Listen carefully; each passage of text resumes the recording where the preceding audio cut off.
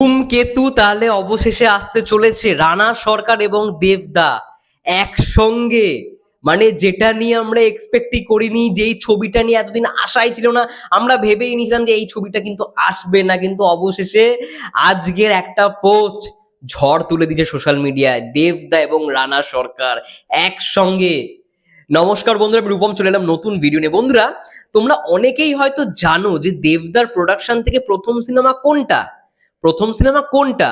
Champ কিন্তু নয়, চ্যাম্পের আগেও একটা সিনেমা রয়েছে, সেটা হচ্ছে ধূমকেতু, যেটার প্রডিউসার ছিল রানা সরকার এবং দেব এন্টারটেইনমেন্ট ভেঞ্চার। মানে দেবদার প্রযোজনার প্রথম ছবি ছিল হচ্ছে ধূমকেতু, এবং যেই ছবিটাকে ডিরেক্ট করেছে কৌশিক গাঙ্গুলি। ভাবো সেই সময় দেবদার যে লুকটা বেরিয়েছিল, বয়স্ক লুকটা, জাস্ট কেউ চিনতেই পারেনি। এই রকম লুক, এই রকম মেকআপ এবং প্রস্থেটিকের পুরো কাজ করেছিল সোমনাথ কুন্ডু স্যার।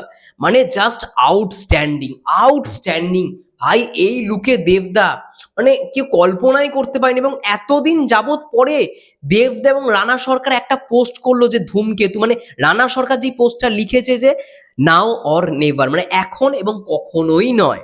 ধূমকেতু, হ্যাশট্যাগ ধূমকেতু, দেব শুভশ্রী।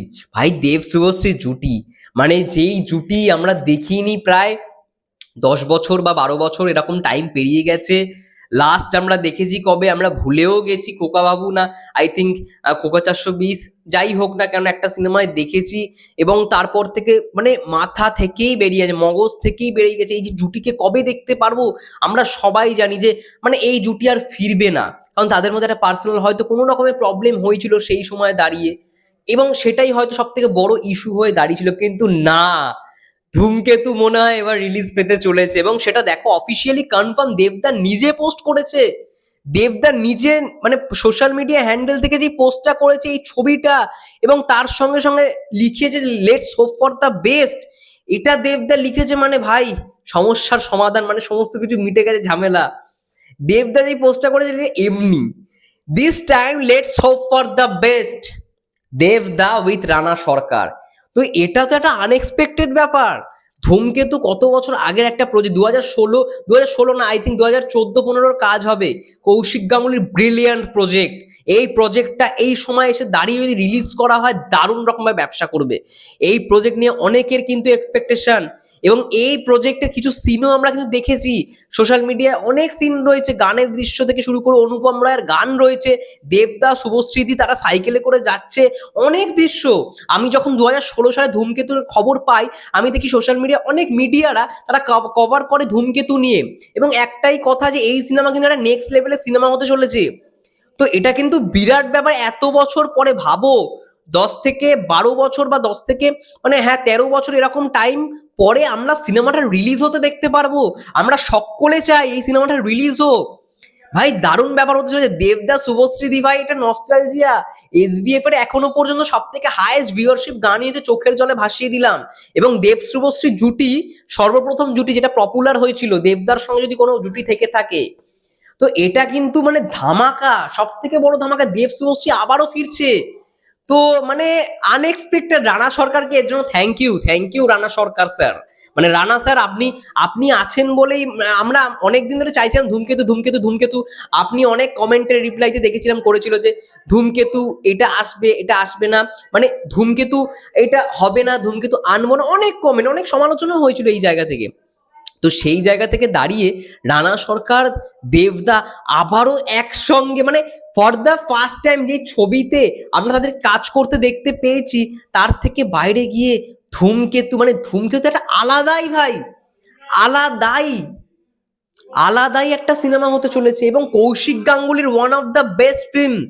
দেবদা নিজে বিভিন্ন ইন্টারভিউতে বলেছেন যে মানে তার কেরিয়ারের সব থেকে ভালো অভিনয় যদি কেউ মানে কোথাও দিয়ে থাকে তাহলে সেটা সেটা হচ্ছে ধূমকেতু।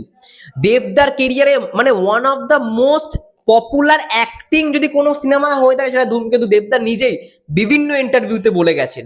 তো সেই জায়গা থেকে দাঁড়িয়ে দেবদার সিনেমা ধূমকেতু আবার রিলিজ পাবে, মানে যেটা নিয়ে কেউ একটা সময় পর্যায়ে সবাই ভেবে নিয়েছিল সিনেমাটা রিলিজ হবে না, ঠিক আছে। এবার সেই সিনেমা রিলিজ, এবং এটাই সর্বপ্রথম দেবদার প্রোডাকশনের সিনেমা ভাবো, এবং ডিরেক্টর কৌশিক গাঙ্গুলি। অফ ফাটাফাটি ফাটাফাটি। আজকে সব থেকে বড় আপডেট হচ্ছে দেবদা ধূমকেতু নিয়ে আসছে, এবং দেবদা নিজে সেটা জানিয়েছে, রানা সরকার নিজেও সেটা মানে জানিয়েছে।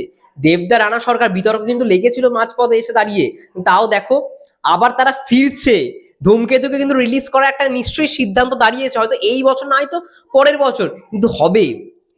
আমার যেটা মন বলছে, এই বছর যেহেতু দেবদার দুটো সিনেমা, প্রজাপতি 2 আর রঘু ডাকাত, আই থিঙ্ক আর একটা সিনেমা অ্যাড হতে চলেছে, যেটা হচ্ছে ধূমকেতু। ধূমকেতু কারণ ফুল অ্যান্ড ফাইনাল পুরোপুরি রেডি, একটা সিনেমা, ওদের ডাবিং বাকি থাকতে পারে, কিন্তু সেই জায়গায় পুরো শর্টফট থেকে শুরু করে সমস্ত কিছু কমপ্লিট, শুটিং কমপ্লিট। তো এই সিনেমা কিন্তু আসতে চলেছে এইবারে। তো অবশ্যই আমাদের অনেকের ইচ্ছা, দেবিয়ান্সের ইচ্ছা যেটা ছিল যে ভাই ধূমকেতু কবে দেখতে পাবো। রানা সরকার অনেকে কমেন্টে খিস্তি করতো, গালাগালি করতো, রানা সরকারও বলতো যে না আমি আনবো না, দেবদাকে জিজ্ঞেস করো। তো যাই হোক, এই নিয়ে একটা বিতর্ক কিন্তু চলতো। সেই জায়গায় দাঁড়িয়ে আজকে অবশেষে আমরা খবরটা পেয়ে গেলাম যে ধূমকেতু আসছে। এটা আমাদের কাছে বিরাট ব্যাপার, বিরাট, মানে সব থেকে বড় আপডেট হচ্ছে ধূমকেতু আসছে।